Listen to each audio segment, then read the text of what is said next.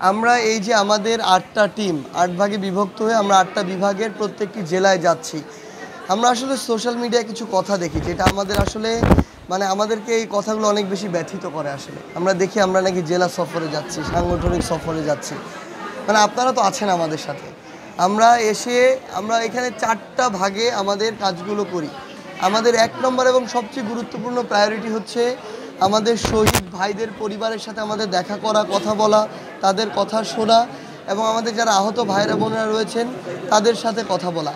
কারণ আপনি কোনো দিন ঢাকায় অল্প কিছু মানুষ পুরো ৬৪টি জেলার আমাদের এই যে শহীদ পরিবার কিংবা আহত যারা রয়েছেন তাদেরকে সময় দিতে পারবেন না।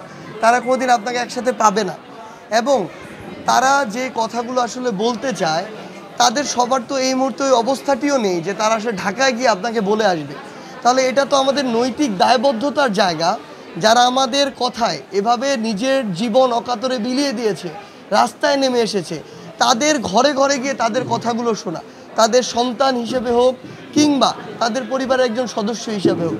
হয়তো আমরা ঘরে ঘরে যেতে পারিনি, কিন্তু আমাদের অবশ্যই তো জেলায় এসে অন্তত জেলার এখানে যারা আমার শহীদ ভাই পরিবার রয়েছে কিংবা যারা আহত রয়েছে তাদের সাথে কথা বলা, তাহলে অন্তত একান্তভাবে তাদের কথাগুলো শোনা যায়। এটাও এই গুরুত্বপূর্ণ ৬৫% পর্যন্ত বিদ্যুৎ বিল সাশ্রয় করে আপনাকে রাখে প্রশান্তিতে। ওয়ালটন ফ্যান হাওয়া বদলে দেয়। ইম্পর্টেন্ট কাজটি আমরা প্রথমত করি।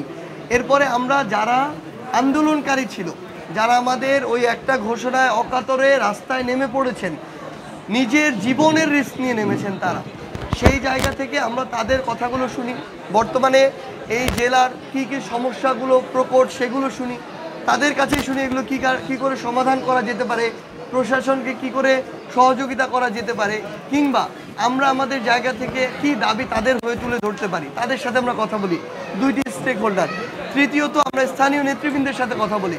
কারণ আমরা মনে করি একটি জেলার এভাবে যদি স্থিতিশীল অবস্থা আসে এবং এভাবে ৬৪টি জেলার স্থিতিশীল অবস্থা আসে, তাহলে দিন শেষে দেশের স্থিতিশীল অবস্থা আসে।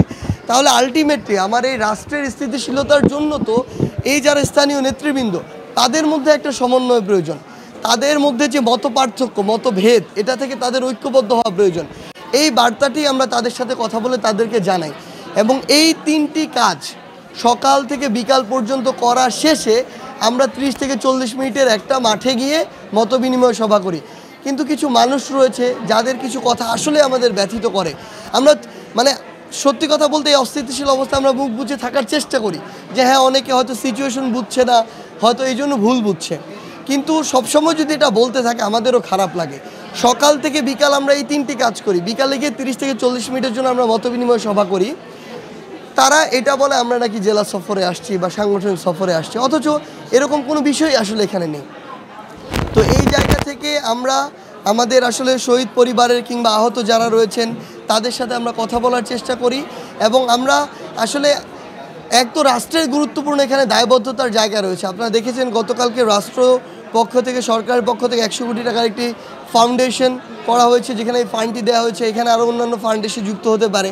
আমি মনে করি যে এই আর্থিক সহযোগিতাটা একটি সহযোগিতা, খুবই ভালো কথা, কিন্তু আপনি যখন তাদের পাশে আসবেন এটা তো তাদেরকে মানসিকভাবে একটা প্রশান্তি দেয়। এটা তারা আসলে চায় দিন শেষে। সো আমাদের সন্তান হিসেবে হোক কিংবা তাদের পরিবারের সদস্য হিসেবে হোক, ওই অভাবটুকু আমরা পূরণ করতে পারবো না, এটা ঠিক, কিন্তু তারপর আমরা তো চেষ্টাটুকু আমাদের করা উচিত। এটি আমাদের নৈতিক একটা দায়বদ্ধতার জায়গা। এই জন্যই আমাদের এখানে আসা। আমরা বলেছি যে যে কোনো সময় রাষ্ট্রের জায়গাটি ভিন্ন, সরকারের জায়গাটি ভিন্ন। আমরা যদি সন্তান হিসেবে কিছু করার সুযোগ থাকে, আমরা আমাদের ফোন নাম্বার দিয়েছি, তাদের কন্ট্যাক্ট নাম্বার নিয়েছি।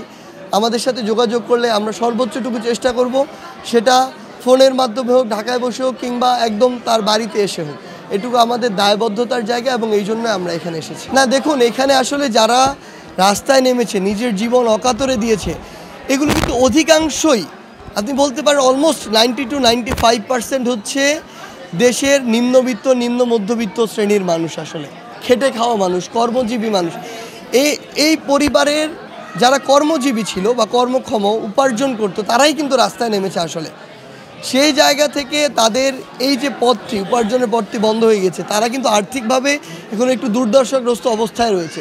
সেই জায়গায় অবশ্যই রাষ্ট্রের, সরকারের এবং আমাদের জায়গা থেকে এই দায়িত্বগুলো আমাদের নিতে হবে।